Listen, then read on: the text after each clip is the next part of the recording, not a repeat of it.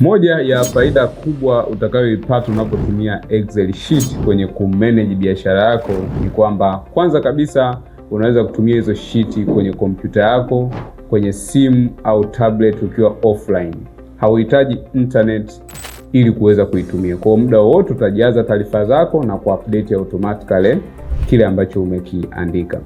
Lakini faida ya pili ni kwamba unaweza usiishie tu kuweka online, unaweza kuziupload kwenye Google Doc au Google Sheet ili uweze kupata real time kile unachokibadilisha kwenye simu na kwenye kompyuta maybe au tablet kinabadilika automatically.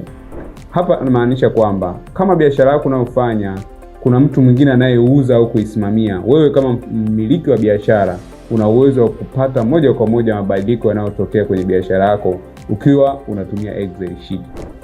Ukiwa utahitaji kupata sheet yoyote ya Excel kwa ajili ya kumanage matumizi ya biashara yako, kumanage mapato ya biashara yako, kumanage stock pamoja na vitu vingine, usahau kufollow page hii na kubonyeza link iliyoko kwenye bio ili uende kwenye website ujipatie sheet yako. Au unaweza kutupigia simu kwa namba zilizoko hapo chini ili tuweze kukusaidia.